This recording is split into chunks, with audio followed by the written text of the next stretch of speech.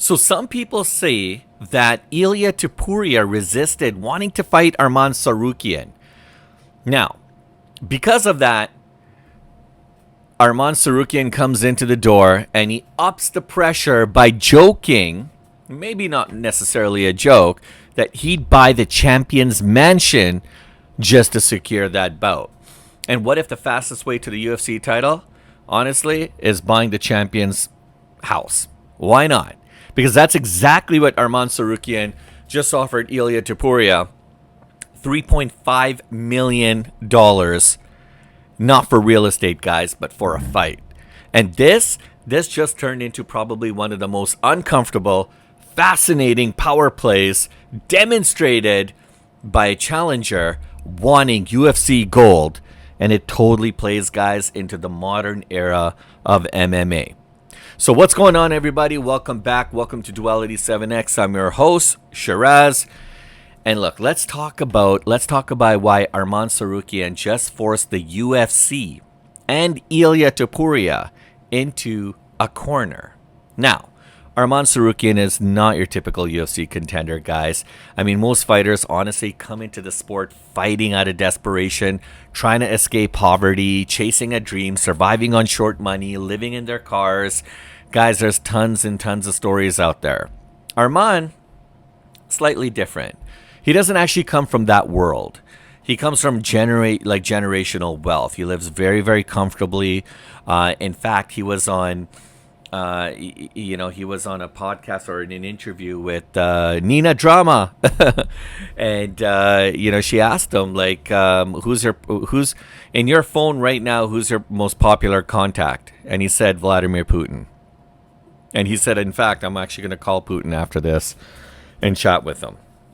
So he does have some serious contacts. He's got a lot of wealth.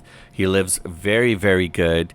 And look, he doesn't really need UFC's money. He doesn't need this paycheck to survive. And whether people want to admit it or not, honestly, guys, I mean, that changes the whole power dynamic, especially when it revolves around Arman Tsarukyan, because he isn't begging for a title shot, guys. He's not begging for friends. He's not begging for fame.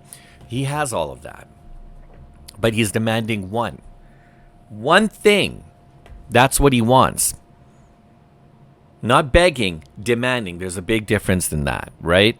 And so look, when the news kind of essentially came out and, it broke that Ilia Topuria had listed his $3.5 million Madrid mansion, beautiful home, guys. Honestly, luxury home with the private gym, spa, security. It comes with this. Look, the house comes with its own security.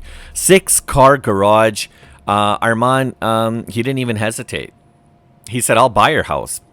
I don't care where it is. I mean, and it's in Spain. He loves Madrid. He loves that part of the woods, and he's like, you know what? I'll buy this house if it means for me to get a crack at Ilia Topuria, then I'll do what I got to do. I'll buy the house and I'll collect an asset in the process." And I mean, he jumped straight on social media, guys. He called it out. He said, "Ilia, I'll buy your house if you agree to fight me next." I mean, that's not trash talk, guys. He's serious. I mean, yeah, I penned it off as a joke, but he's not joking. He'll do it. He'll actually do it. That was an actual statement. Arman is one of those guys, man. He shoots from the hip. He doesn't need to play. All right. If you guys been following him with Aiden Ross, Neon, Nina, the guy is probably one of the coolest, down to earth guys you'll meet. He looks like he's a lot of fun to hang out with. And, he's just kind of like he's just like everybody else, But it's interesting. It's interesting. And look, he's already priced us out in his head. He's like, this is what it's going to take to drag this cat out of the corner. And look, it's some people say, well, it's about money. I don't think it's all about the money. It's not about the money. If it was about the money, then essentially, why is Arman Tsarukyan doing this fight for free? And if you say, well, what do you mean for free? Well, if he's going to buy this guy's house and he's going to put in X amount of dollars just to be able to secure that fight, I mean, what is he really going to make out of this fight? I mean, yeah, he gains an asset out of it, but I mean, the UFC is not buying the house for him. He's going to buy that house. But I mean, again, sorry, because something went in my eye. But I mean, I'm not sure what Ilia is thinking about, what he's talking about. But again, this is not about money, guys. I personally think this is all about leverage. All right, Arman's already bummed out at the fact that he didn't get the nod to fight for the interim lightweight title. That was Justin Gaethje and that was Paddy the Baddy Pimblett. That happened at UFC 324 last week, guys, which was absolutely epic. And now we got these back-to-back pay-per-views with Paramount Plus. We got UFC 325 just a couple days from now. It's going to be absolutely fire. All right, the cards are intense. It's going to be crazy. You got Volkanovski running it back with Diego Lopez, part 2. It's going to be an amazing card. But I really like UFC 324. I also like the Sean O'Malley Song Yadong fight. But here I go again, off the beaten path.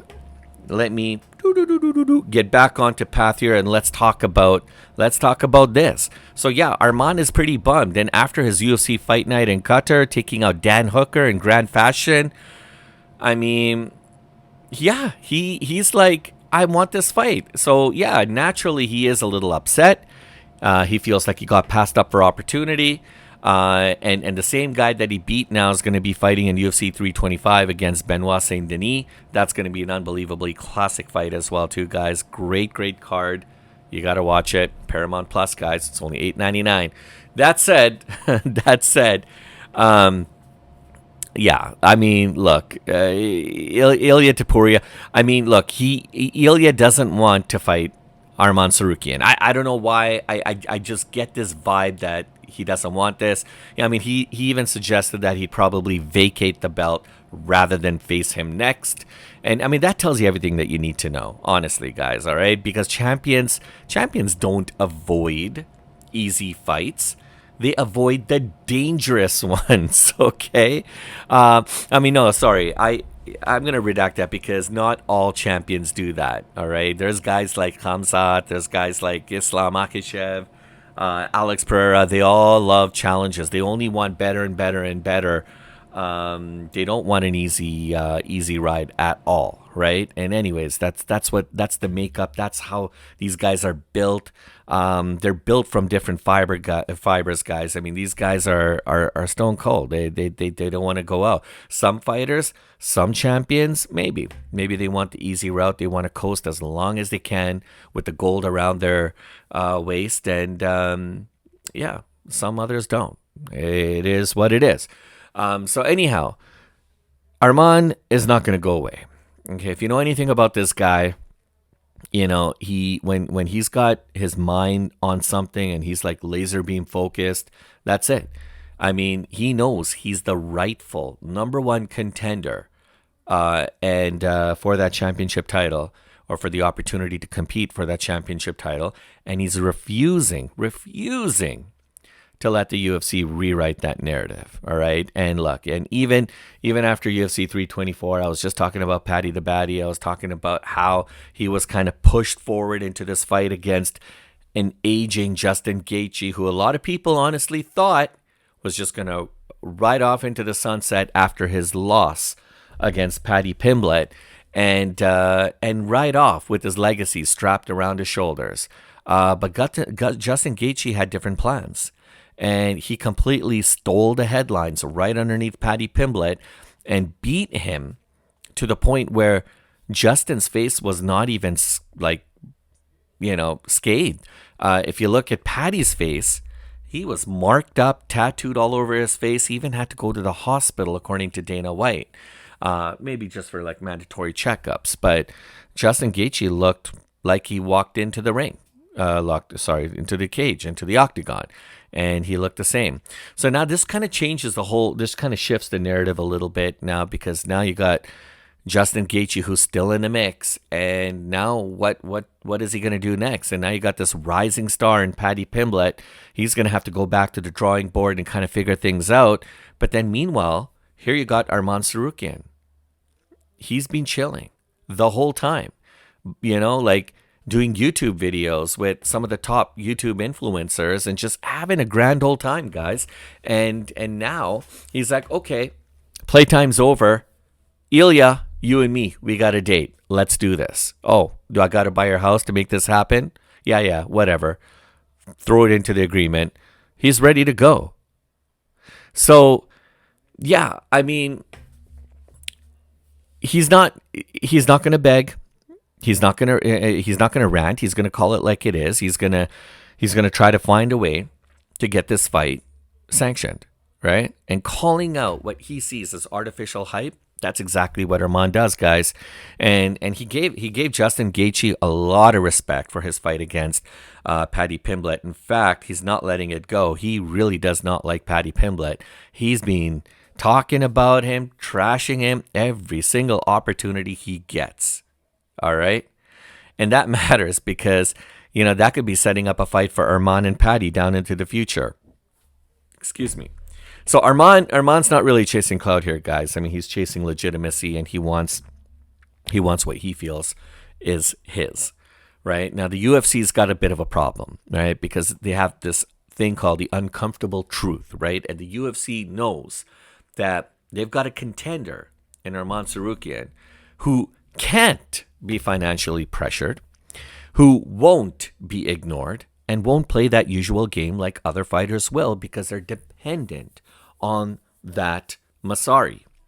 But Arman is different. He's not begging for cash. He's not hurting for it. So he's like, look, let's do this. Like, what other excuses are there going to be that's going to impede in my way of being able to to claim that title as mine? Right? So, I mean, if Ilya's not going to want to fight him, and if Gaethje won't fight him, I mean, Tsarukyan has already hinted at a nuclear option. I mean, moving divisions and chasing gold elsewhere. I mean, and if that happens, the UFC is going to completely lose control of the narrative, right? So anyways, guys, this ain't trash talk. This is not trolling. This is Arman being Arman. This is how he rolls, guys. And he's telling the UFC that you can't stall me, okay? You can't outweight me. And you can't pretend I don't exist. And whether Ilia likes it or not, this fight just became unavoidable. Okay, so now the ball's in his court. He's got to make a decision. Is he going to serve back? Is he going to return serve? People are waiting. They want to know what's going on.